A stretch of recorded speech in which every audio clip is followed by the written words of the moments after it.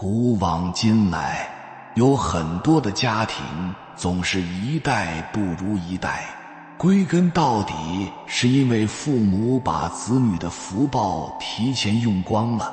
有缘人，我注意到你们当中很多人都是为人父母的，如果你不想让自己的儿女遭殃，一定要耐心地看完这个视频，避免以后酿成大祸。想知道儿女有没有福，看他的父母就知道了。前人积德，福荫子孙，父母造孽，儿女就不顺。北宋的有名大奸陈教蔡京，大家都知道他作恶多端，奢靡成性。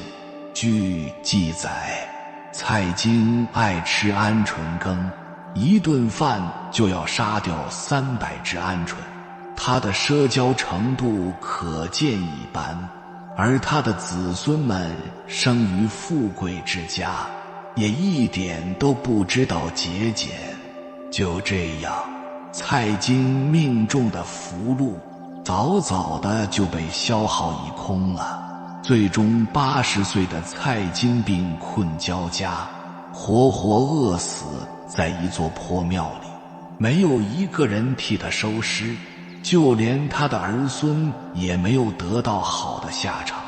他有8个儿子，其中6个惨死，2个被发配从军，最终被杀，而孙子辈的也被分配到了蛮荒之地，无一幸免。可以说，蔡京的儿孙就此断绝。太上感应篇中讲，祸福无门，为人自照，善恶之报，如影随形。父母占尽便宜，子女就会倒霉遭殃。父母多行善事，子女才能福气盈门。积善之家出贵子，不善之家无此福。如果你也想让孩子将来不受苦，就要从现在当下开始，多行善事，为孩子积福。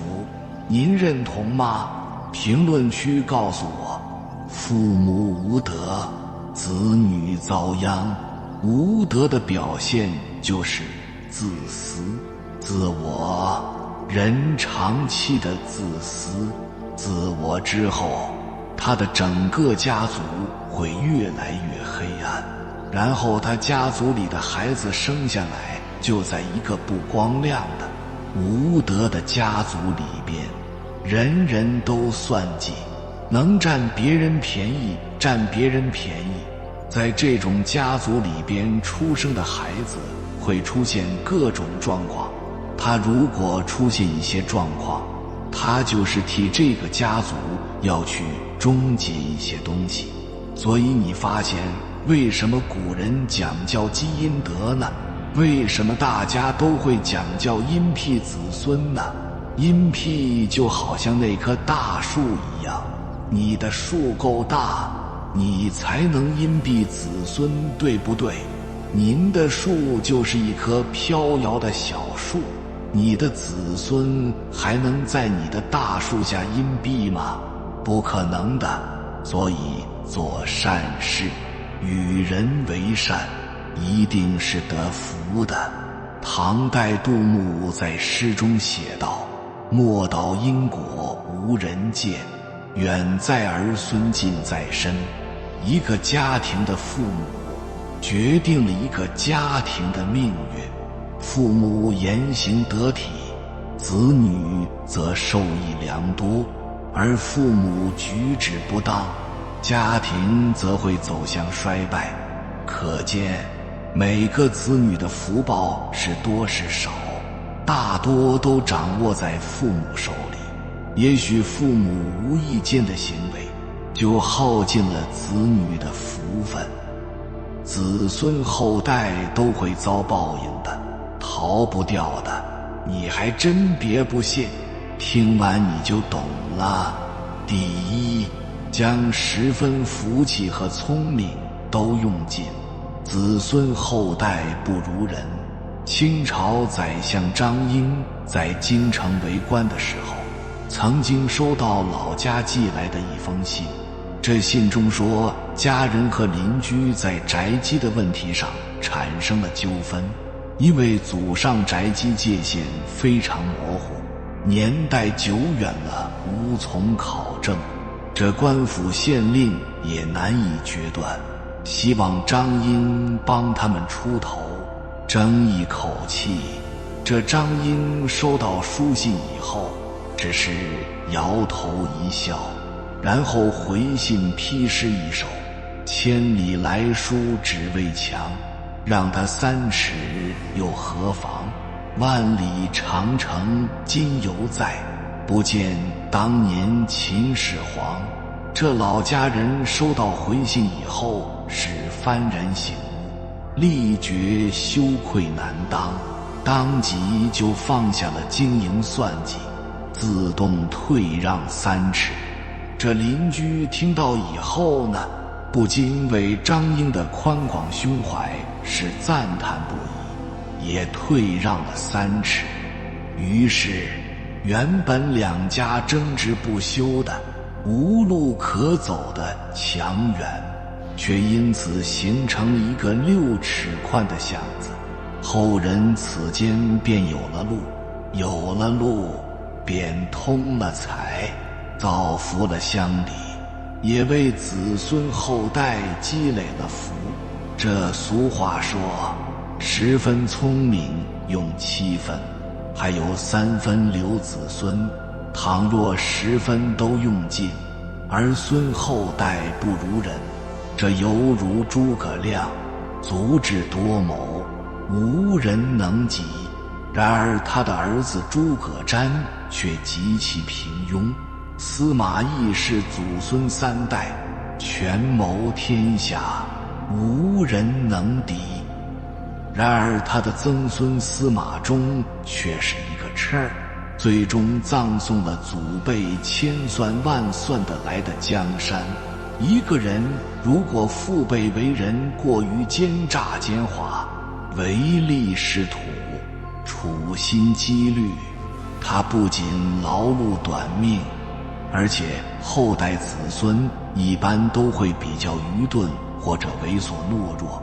一个人如果父母过于精明能干，耍小聪明，贪小便宜，投机倒把，昧了良心做事儿，即使攫取家财万贯，子孙也很快会败光。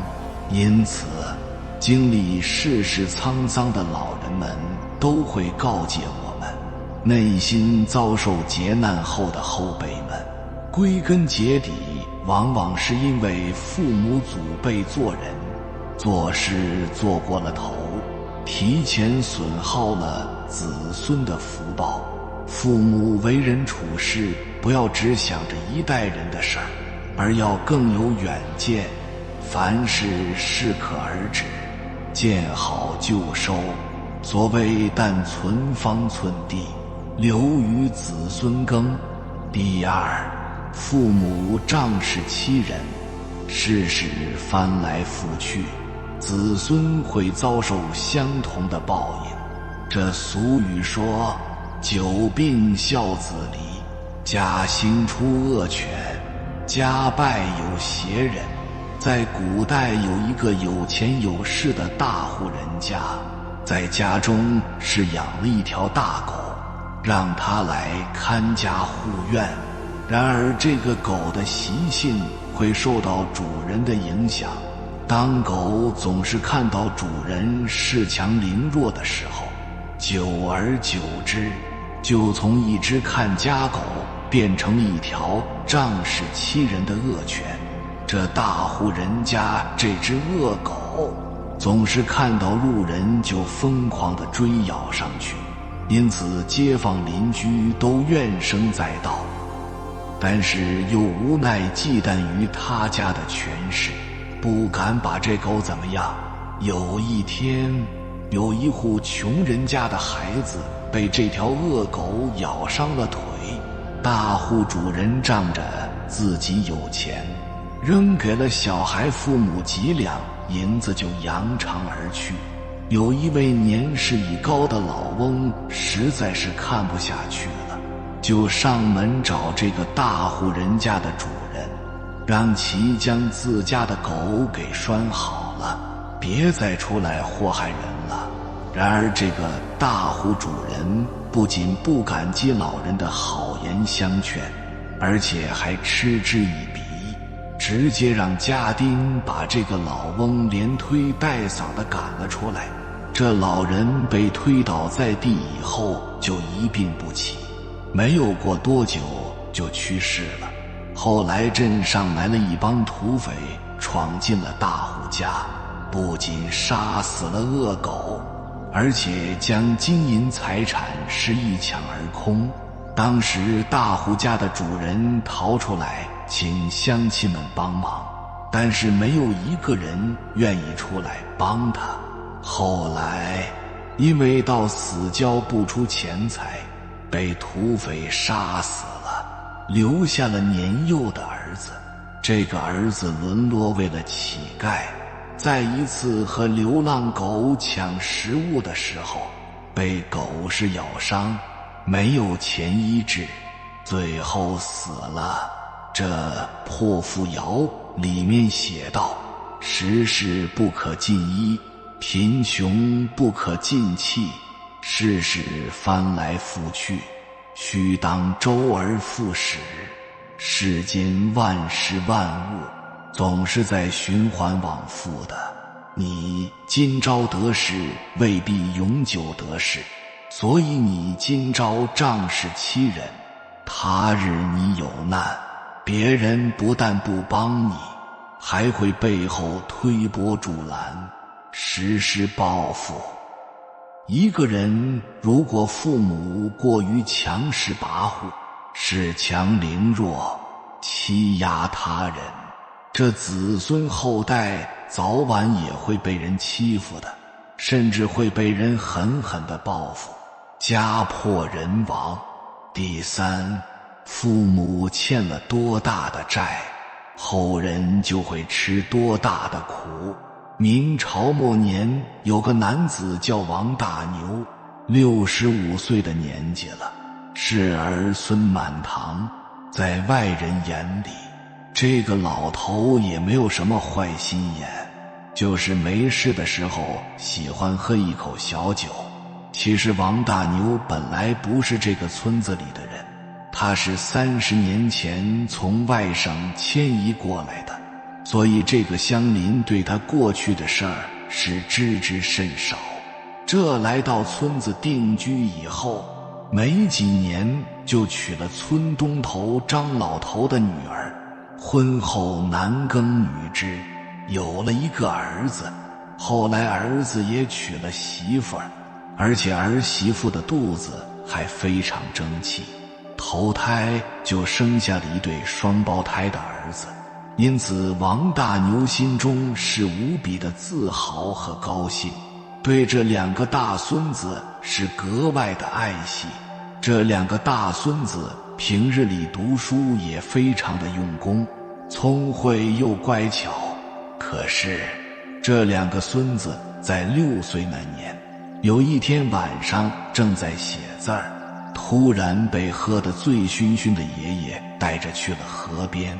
这有村民看见他带着2个孙子径直地走向了河里，这村民便大声地呼喊，他也不回头，不回应。当村民叫上他儿子赶过来的时候，只看见突然醒酒的王大牛在水中是一边扑腾一边哭嚎，而2个大孙子早已没了人影。等打捞上来的时候，也无力回天了。像傻了一样的王大牛突然想起来30年前一段陈年往事。就在他迁来之前，在家乡曾经觊觎村子里面一位漂亮的妇人，他趁人在河边洗衣服的时候，想伺机占人便宜，结果是惊吓推搡之余，那位妇人是不幸落入了河中淹死了。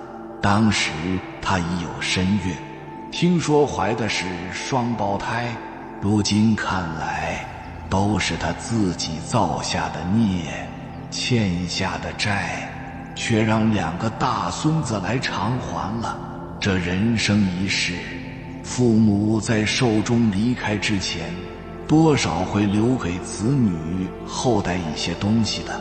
这些东西不只有金钱、事业、社会地位等好的方面，还有孽债、厄运、陷阱等坏的方面，同样会代代相传。儿女的福报都存在父母的手。正所谓积德行善，远则儿女，近则自身。父母留给孩子最大的财富，不是金钱，也不是地位，而是福报。多积福报，少欠孽债，上天才会庇佑你的子孙后代。第4，一代人只能管一代人的事儿，父母强管2代人的事儿，扰乱后世人的气数。在《西游记》中，唐僧师徒领了如来佛祖的法旨，去西天取经，一路上翻山越岭，跋山涉水，经历了981难，克服了重重的困难，种种考验，才取得了真经。其实我们可以看到，大徒弟孙悟空武艺超群，神通广大，一个筋斗云就108000里，这腾云驾雾，呼风唤雨，天庭各界能人好友也不少。那为什么非要徒步去取经呢？因为取经的真谛不在文字经书，而是苦难经历。最宝贵的也是战胜各种苦难的经历。后来我们仔细观察，就会发现，取经路上所有的遭遇，所有的苦难无不是定数。金蝉遭贬第1难，出胎挤杀第2难，满月抛江第3难，寻亲报冤第4难，出城逢虎第5难，落坑者从第6难，双叉岭上第7难，凌云渡脱胎80难。再回过头来看呢，9981难，关关难过关关过，哪一关不是佛祖早就精心安排过？其实每个人来到这个世界上，都是来修行渡劫的。人间就是这个道场，每代人都有要吃的苦，要渡的劫，要经历的苦难。如果父母代替子女后代做了他本该他们自己做的事儿，这不是在帮他们，而是在害他们。为人父母的一生最应该教会孩子的是长出能够自立于世的根和翅膀。人生百味，父母要让孩子体会人世间的酸甜苦辣，有些弯路要走，有些苦要吃，这样他们才会在以后的人生之中，身处窘境依然可以站起来，身处顺境依然可以审视。那无论顺境逆境，都能尝到人生的甜。人世间最大的公平，就是报应会不期而至。父母所行之善恶，无论远近，都不会报应到别人身上，所以一定不要造这几种孽。人生终究需要走对的路，做对的事，才会福泽后世，如此方能一切安好。大家有没有想过，在我们倾其所有，不惜一切为孩子提供物质享受的时候，其实无疑在消耗他们的福报。在孩子身上过度的花费，就是在浪费孩子的福报。我们每个父母都是非常爱孩子的，是没有错的。你在力所能及的范围内给孩子去匹配的生活是可以的，但是如果说你为了让孩子过得好，消耗掉自己很多，去让孩子穿名牌，然后追求一切名牌的东西，其实这个就是一个不明智的选择。我经常讲一句话，谁受用就是消耗掉谁的福报。大圣贤也曾经说过，惜衣惜食，非为惜财，乃是惜福。所以说我们一定要珍惜孩子的福德资粮。每个孩子来到这个世界上，都是带着自己的福德资粮来的。我们不要提前的去消耗掉孩子的这些资粮，我们可以引导孩子向善，让他们明白珍惜现在的资源，懂得去帮助需要帮助的人。同时我们要以身作则，让孩子看到我们是如何珍惜自己的福报的，进而学会如何积累自己的福报。这样在孩子成长的路上，我们才能真正的帮助他们获得真正的幸福，而不是短暂的虚荣。在明朝，有一个人叫罗洪先，他特别有才华，20多岁就高中状元。他为人正直，因看到官场黑暗腐败，感念人生之无常，于是辞官隐居，断然出家，世称状元和尚。他出家后假装愚钝，甘心承担最苦的杂役，劈柴挑水，无所不作，以此来磨练自己的心性13年之久。他出家前原有妻室，并育有一子，此时儿子已经长大，也高中状元，父子都中状元，是很不容易的，一时传为佳话。此时妻儿很相信他，无奈他出家后音信全无，无从寻找，可能是亲人的思念真切的缘故吧。有一天，状元和尚忽然起了回家探亲的念头，于是返回家乡，到了儿子的状元府邸门前，仆人以为是和尚化缘的，便入室禀告夫人。夫人生性善良，让仆人施米1斗，状元和尚未接受，希望求见主人。仆人认为和尚贪心，又报夫人，夫人又让仆人施钱1贯，状元和尚还是不收，即所指笔，题诗一首：斗米千钱我不收，13年返故乡游，儿孙自有儿孙福，莫为儿孙做马牛。仆人将诗稿入呈夫人，夫人见后惊讶万分，急待跑出门外，但和尚已经离去。夫人即刻派人四处寻找，再也不见人影。这首诗非常适合现在的很多家庭，一家人都为了孩子而奔波。年轻时说，等孩子和大了就轻松了，等孩子长大了又操心孩子的孩子。没有轻松的时候，每个家庭都在付出所有去培养下一代，可是下一代却不尽相同。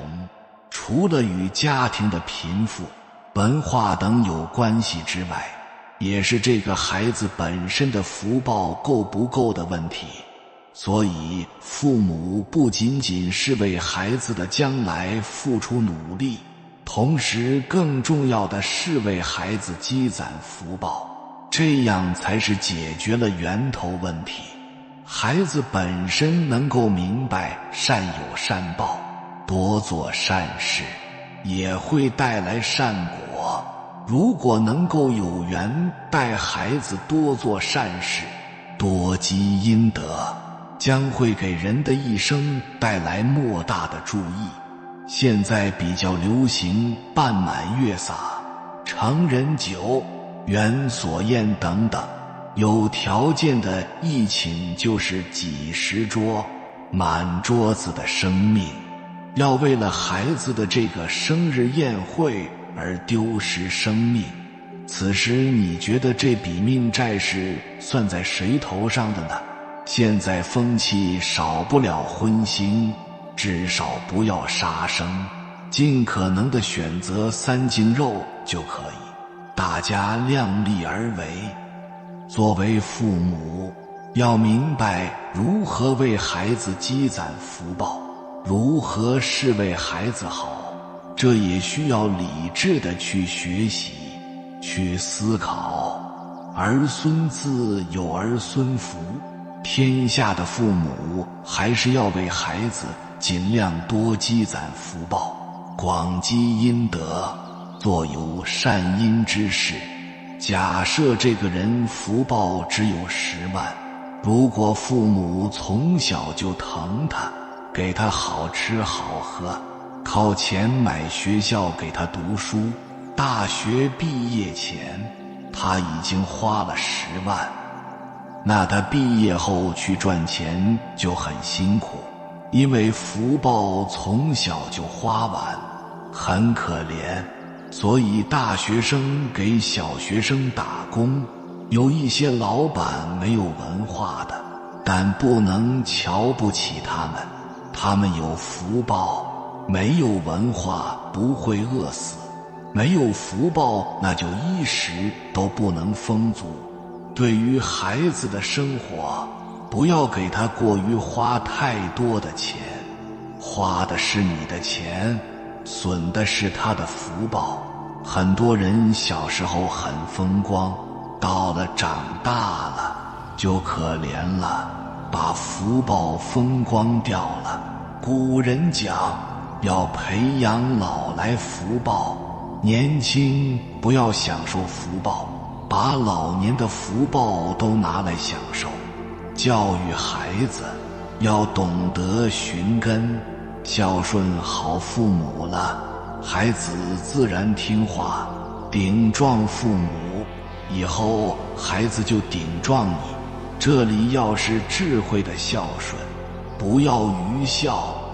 这里请大家不要纠结，每个家庭和孩子的福报不同，根据自己的时间情况来，不是说不能消耗福报，而是不要养成奢靡浪费的习惯，更要懂得消福的时候多积福报，请不要偏执与偏废。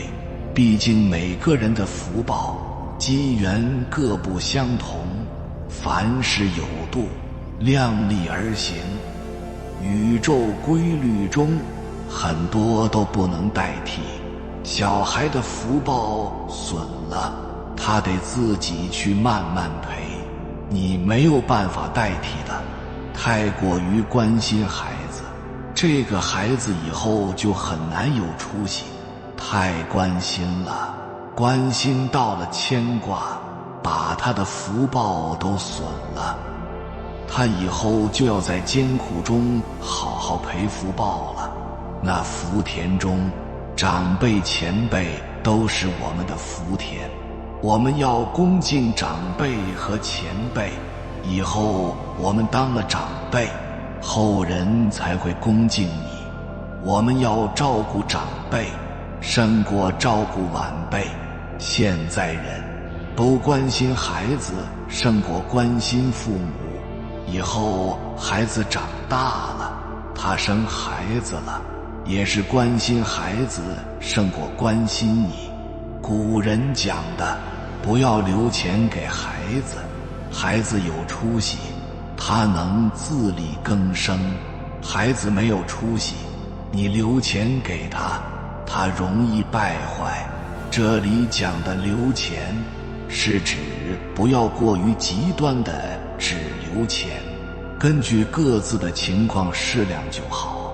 多余的钱可以给孩子做善事，积累阴德和福报。那要留什么呢？留阴德。我们好好做善事，言传身教，儿孙自然得福报。把钱存在阴德的银行是最好的，福荫后代。见过许多人行善积德，吃斋念佛，后代都很好。弘一大师的父亲被当地称为礼善人，虚云和尚的父亲也被称为消善人。有福德的人自然能感召有福德的子孙。天道是公平的，古人讲的富不过3代，意思是德行不好，不可能一直富贵下去。富人会变成穷人，那穷人慢慢努力，德行好了，福报上来了，就变成了富人了。这就是因果规律。富人都喜欢给孩子花很多钱，提供很好的教育。世间的教育很好，但最好的教育还有福德的教育。给孩子福德教育、知识和技术的教育都同等的重要，或者更多。让孩子受点苦，让他在逆境中成长，将来才能顶天立地。父母真想为孩子积福报，有多余的钱拿去布施放生做善事，积累阴德。这里的放生是指智慧的放生，不是盲目愚昧的放生。请多看正确的问题，掌握方法和技巧。也可以搜索观看我关于放生的影片。许多人留了许多钱给孩子，都给孩子败坏了，让孩子娇生惯养，结果孩子就不听话。要让孩子受些苦，是为他积福报，是好事。父母是根，儿孙是枝叶。父母不受孝顺供养，则根断树枯；父母受孝顺供养，则枝繁叶茂，子孙福厚，源远流长。佛陀告诉大家，修世间法，工作、考试、财富、姻缘、人缘、地位、身材高等等，做人的福禄寿喜康，要从孝顺供养、父母师长礼修。我们的供养一定不要集中在下一代，一定要放在上一代。眼睛放在上一代，下一代一定有大福气；眼睛放在下一代，下一代不会有福气。如果我们能够从小孩子出生开始，就孝顺我们自己的父母，每天都让小孩子看到并且学习，那么小孩子将来福气会非常大。反过来，如果我们把眼睛放在下一代，不管不顾上一代，保我们的父母，吼我们的小孩，那么小孩的福气是很差的。这样也会造成一个后果，就是将来小孩做了父母，也不管不顾我们，只关心宠爱他的孩子。任何时候都要记住，把自己压得低，是真正的尊贵，将来也一定会得到尊贵的果报。压低自己，才能像大海一样把自己放在低地时，汇聚百川福德智慧。其他还有过生日，帮助孩子多智慧的放生，用孩子压岁钱做善事，帮助困难需要的人，印经书，多引导孩子自己去做。平时路边小虫子要爱护，吃饭饮食服装要节约，身口意都要善，多去孝顺爷爷奶奶、爸爸妈妈等长辈。我们父母要身体力行，随缘做善事。在这世间，能够决定子女的命运，就是自己的父母。一个父母若想拥有何种孩子，就要先成为何种人。